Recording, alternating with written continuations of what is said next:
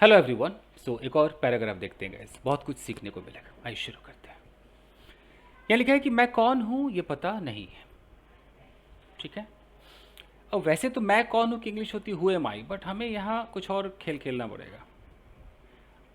हमें इसको noun clause बनाना पड़ेगा। अगर मैं कहता हूँ हु, ये मेरा कंजंक्शन हो गया, मान लेते हैं। अभी आपको नहीं पता बट मान लेते हु। मैं यहाँ पर आई कर दूँ, हु आई एम कर दूँ, हु आई एम। और यहाँ पर मैं लगा दूँ इज इज नॉट नोन। तो आपको कैसा लग रहा है ये सेंटेंस? एकदम करेक्ट है बॉस। देख लीजिए, who I M is not known. आप में से बहुत सारे लोग सोचेंगे आइला ये क्या हुआ, एम और इज एक साथ कैसे आ गया? वह है, देखो हु आई एम ये मेरा एक सब्जेक्ट है, और इज नॉट नोन ये मेरा प्रेडिकेट है। देख लीजिए, ये मेरा प्रेडिकेट है। तो यानी कि हमें देखने में लग रहा है कि ये एम क्यों है, बट ये मेरा हु एक कंजंक्शन है, ये सब्जेक्ट है, और इस सब्जेक्ट का भाई अपना वर्ब है हु आई एम। तो हु आई एम मैं कौन हूं, इज नॉट नोन वो पता नहीं। ठीक है। अब आप सोचिए आप कैसे बनाओगे, मैं कौन हूं ये पता नहीं है। अगर मैं इट से उठाऊं, इट को एक इंट्रोडक्टरी मान लेते हैं। It is not known, it is not known पता नहीं है। पता नहीं क्या, व्हाट इज नॉट नोन, कि मैं कौन हूं। It is not known who I M. देख लीजिए, it is not known who I M, who I M is not known. ये हो सकता है। और क्या तरीका हो सकता है? मैं कौन हूं पता नहीं है, nobody knows, nobody knows, nobody knows who I am. तो आप इस तरीके से बना सकते हैं। आगे बढ़े चले। मैं यहां क्यों हूं ये समझ में नहीं आता। मैं यहां क्यों हूं ये समझ में नहीं आता। अच्छा, किसके समझ में नहीं आता? सब्जेक्ट भी नहीं लिखा है, किसके समझ में नहीं आता? तो मैं अपने आप को ही मान के चलूंगा कि मुझे समझ में नहीं आ रहा मैं कौन हूं। तो आप कैसे बोलेंगे इसको? इसको बोलिए आई डोंट अंडरस्टैंड। मेरे समझ में नहीं आता ना, I don't understand, I don't understand. मैं यहां क्यों हूं, वाई। अब बोलिए why I am here. I don't understand why I am hair,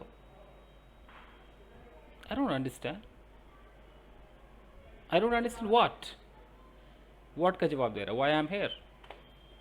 तो इसलिए इसको आप वाई आई एम मत करना, वाई आई एम बोलना, वाई एम आई मत बोलना। ठीक है। I don't understand why I am hair, एकदम करेक्ट। मैं यहाँ क्यों हूँ ये समझ में नहीं आता। आज जो मेरे हैं क्या वो पिछले जन्म में भी मेरे थे? खुद बनाकर देखिए कैसे होगा। आज जो मेरे हैं, कलर चेंज करते हैं इसका। आज जो मेरे हैं क्या वो पिछले जन्म में भी मेरे थे? मेरे साथ बनाए कीजिए, पॉज कीजिए, बनाइए। तो वो इंटेरोगेटिव है ना, वो पिछले जन्म में मेरे भी मेरे थे, सवाल है, क्वेश्चन मार्क लगा है, क्या, कैसे बने? आज जो मेरे हैं, कोशिश करते हैं। देखिए, जैसे अगर मैं ऐसे नॉर्मल बोलूँ कि आज जो मेरे, इसकी इंग्लिश क्या होगी? इसकी इंग्लिश होती those who are mine today. इसकी इंग्लिश ये होती।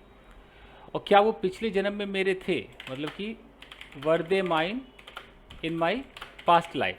बट ये करने को तो मैं कर दूंगा, लेकिन इसको मैं चाहता हूँ कि ऐसे ये कॉमन आए। ये तो मैं कर दूंगा, those who are mine today were they mine in my past life. But कुछ ऐसा करो कि ये कॉमा नहीं है, एकदम एक फुल एक सेंटेंस बने बिना टुकड़े का। तो कैसे बनेगा? तो इंटेरोगेटिव उठाइए, इंटेरोगेटिव उठाइए। इंट्रोगेटिव में कैसे उठाएंगे कि क्या वो मेरे पिछले जन्म में थे ना, तो वर यहाँ कर दो दोस्त। मैं कलर चेंज करता हूँ, पहले लिखा वर, यहाँ अगर मैं दोस्त, वर दोस्त, क्या वो पिछले जन्म में मेरे थे। अगर मैं यहाँ पर लिखता हूँ were those mine in my past life, लेकिन इस दोस्त के बारे में बता दो, कौन से दोस्त, वही जो आज मेरे हैं। तो ये जो इन्फॉर्मेशन है ना, वही जो आज मेरे, वो यहाँ पे रखो। वर दोस्त, यहीं पर बोल दो who are mine today, who are mine today, were those who are mine today. अगर ऐसे बोलता हूँ were those who are mine today, दिमाग लगाइए, were those who are mine today. अब ये कैसे होगा, क्या वो पिछले जन्म में मेरे थे, mine in my past life. अगर मैं यहां भी एक माइन लिखता हूं, वर दोज, देखो अगर मैं ये लाल वाले को भूल जाऊं, हु आर माइन टुडे को भूल जाऊं, तो क्या बना, were those mine, were those mine, क्या वो मेरे थे, कब, in my past life, in my previous birth, correct है ना। तो बीच में मैंने क्या लगा दिया, हु आर माइन टुडे, कौन से दोस्त, कौन से दोस्त मेरे थे पास्ट लाइफ में, वही दोस्त हु आर माइन टुडे जो आज मेरे हैं। तो ये एग्जैक्ट हुआ, बट ये आपको अटपटा लगे, आपको क्या सही लगेगा, ये ऊपर वाला सही लगेगा, दोस्त who are mine today were they mine in my past life, आपको ये सही लगेगा। या आप शायद ऐसे बना सकते हो इसको, मान लो आप ऐसे इसको बनाओगे कि were those in my past life who जो आज मेरे हैं ना, who are mine today, who are mine today, मान लो आपने ऐसा बना दिया। अब प्रॉब्लम है कि ये सही नहीं होता, क्योंकि इस हु को आपको किधर लगाना है, इस हु को आपको इस दोस्त के पास लगाना है, तो ये फिर गलत हो जाएगा। ऐसे जरा, ये गलत हो गया। अब इसको आप बनाकर खुद देखना, ठीक है, मैंने तो हर एंगल से बना दिया। मेरे जीवन का लक्ष्य क्या होना चाहिए, ये समझ नहीं आ रहा है, कैसे होगा, मेरे जीवन का लक्ष्य क्या होना चाहिए, ये समझ नहीं आ रहा है। तो मुझे समझ नहीं आ रहा है, तो I am not able to understand, I am not able to understand, understand what, कि मेरे जीवन का लक्ष्य क्या होना चाहिए, व्हाट ये तो नॉर्मल बनेगा, what should be the aim of my life. I am not able to understand what should be the aim of my life, या what the aim of my life should be, क्या लगता है क्या होना चाहिए।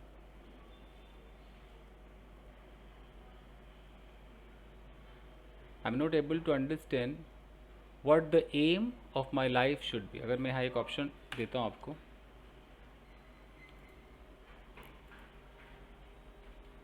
what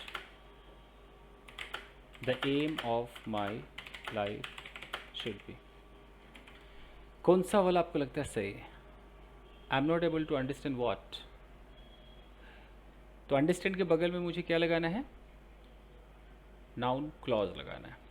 तो what मेरा conjunction हो गया, तो कंजंक्शन अपने बगल में क्या लेता है, एक सब्जेक्ट लेता है, तो एम मेरा सब्जेक्ट है, तो what the aim of my life should be, so I am not able to understand what the aim of my life should be, ये हुआ करेक्ट, गेटिंग द पॉइंट। मैं जो पढ़ा वो किस काम का है, वो किस काम का है, मैं जो पढ़ा वो किस काम का है, सोचिए किस काम का, what is the use, what is the use of, what is the use of जो मैंने पढ़ा है, what I have studied so far, थोड़ा so far लगा रहा हूँ कि अब तक, what is the use of what I have studied so far, मैंने जो पढ़ा है वो किस काम का है।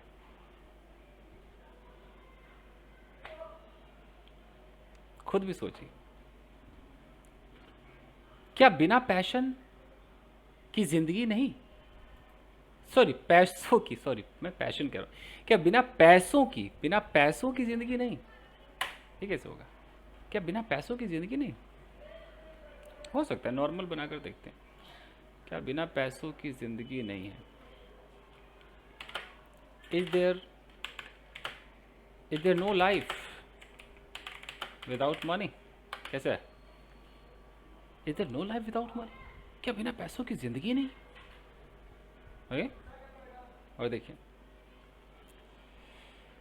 सुबह जल्दी उठना, ट्रैवल करके ऑफिस जाना, पूरे दिन वहाँ काम करना, फिर शाम को ऑफिस से निकलना निकलना शाम को ऑफिस से निकलना और रात को घर पहुँचना, थकावट के मारे फैमिली को टाइम न देना, और इन सब कुर्बानियों के बाद महीने के अंत में कुछ पैसों का मिलना और फिर उन पैसों का खर्च हो जाना, पैसों के चक्कर में पूरी जवानी बिता देना, खुद के अरमानों का गला घोट देना और बुढ़ापे में बीमारियों से ग्रस्त हो जाना, अपने बच्चों पर बोझ बन जाना। क्या यही जिंदगी है? आहा, कैसे होगा? बहुत मुश्किल है। बनाइए, आइए कोशिश करते हैं, तोड़ तोड़ कर देखते हैं। सुबह जल्दी उठना, ऐसा आपको जेरेंड का फॉर्मूला यूज करना चाहिए। तो उठने को क्या बोलते हैं? Wake up, get up. वेकअप लगा देते हैं, waking up early in the morning, comma. Travel करके ऑफिस जाना, ट्रैवल करके ऑफिस जाना, going to office by travelling.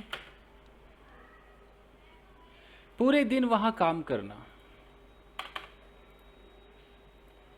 सब जिरंड में ले जाओ। Working there all the day, full day, whole day, जो बोलो, all the day, whole day, the entire day.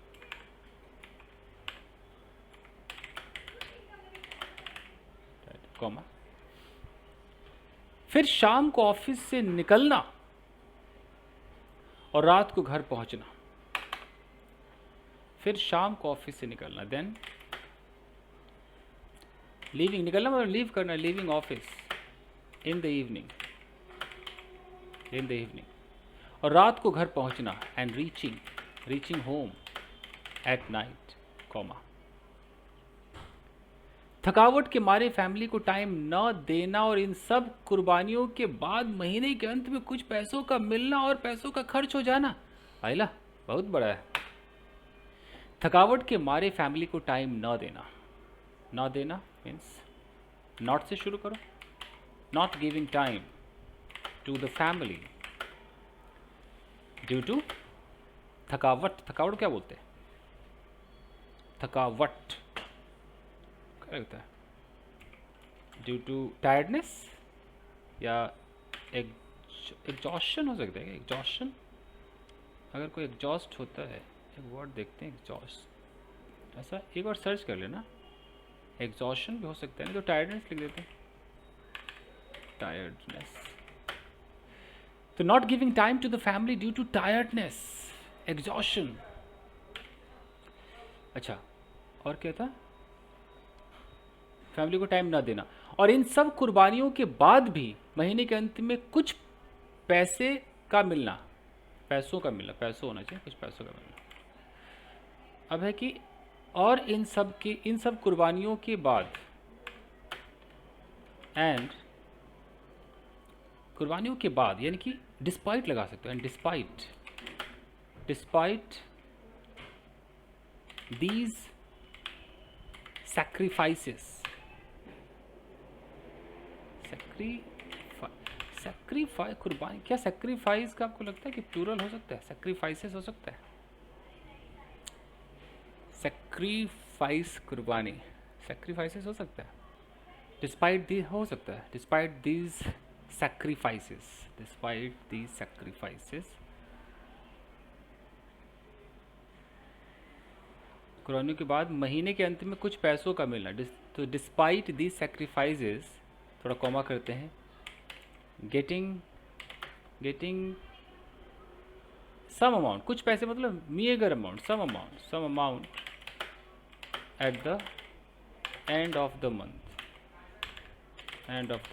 पैसों का मिलना, और फिर उन पैसों का खर्च हो जाना, एंड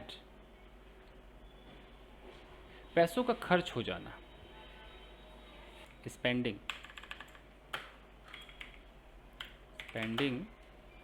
उन पैसों का खर्च हो जाना, spending that amount, that amount या दैट मनी कर दो, दैट मनी, कॉमा पैसों के चक्कर में पूरी जवानी बिता देना।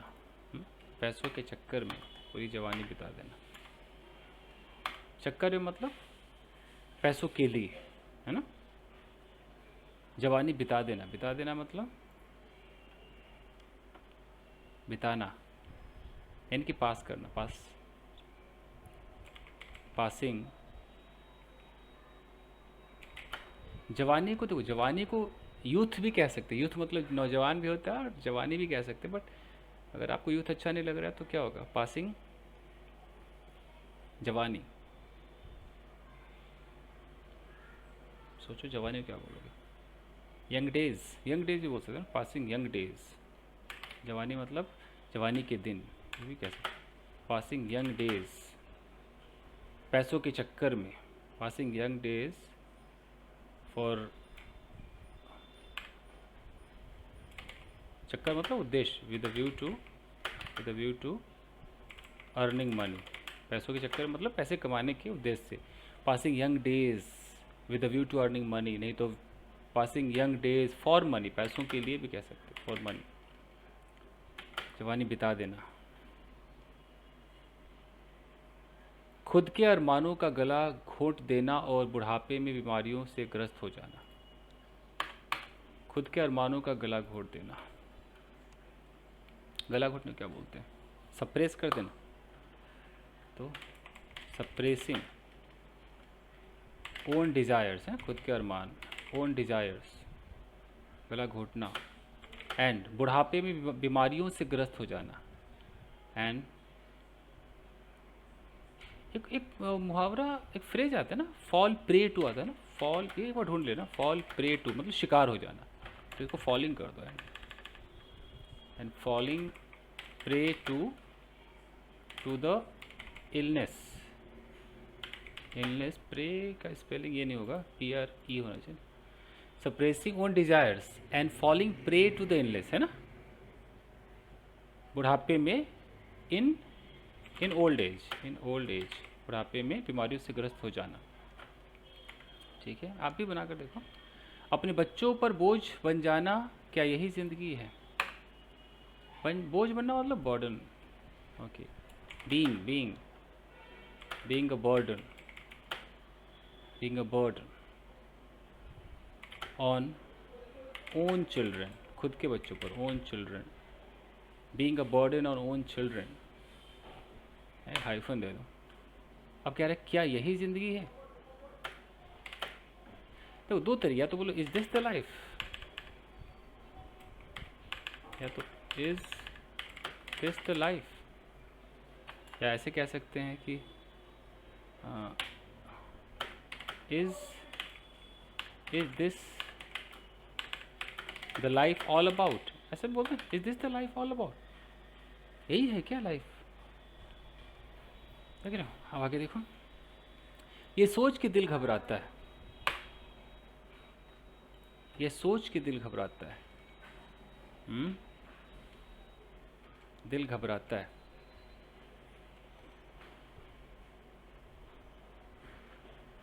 ये सोच कर दिल घबराता है। ऐसे कर सकते हैं कि even a thought of it,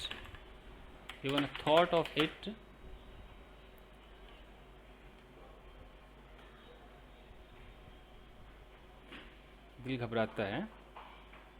एक होता है ना, घबराता है मतलब रेंच कर देता है, रेंचेज माई हार्ट, ये बोल, even a thought of it wrenches my heart, मेरे हार्ट को एकदम रेंच कर देता है।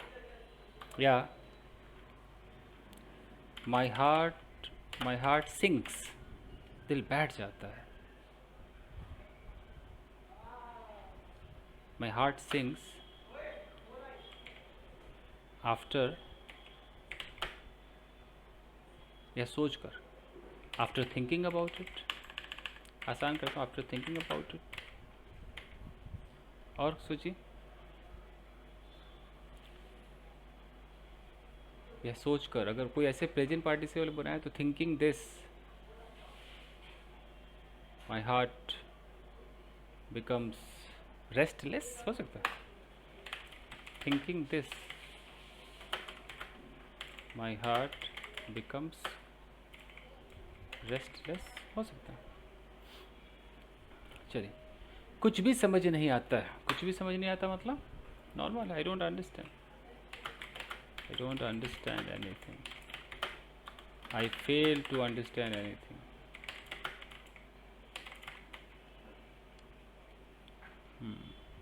हो सकता है, I fail to understand anything.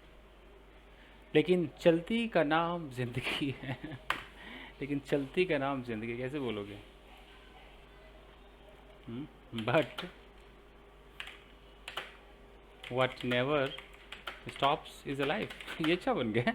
But what never stops is alive। जो कभी न रुके वो जिंदगी है। अच्छा है।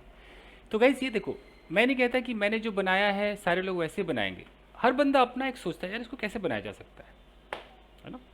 तो वो कला आपको आनी चाहिए। चलिए guys, thank you very much. Video को लाइक कीजिए, मिलते हैं अगले एपिसोड में। Thank you.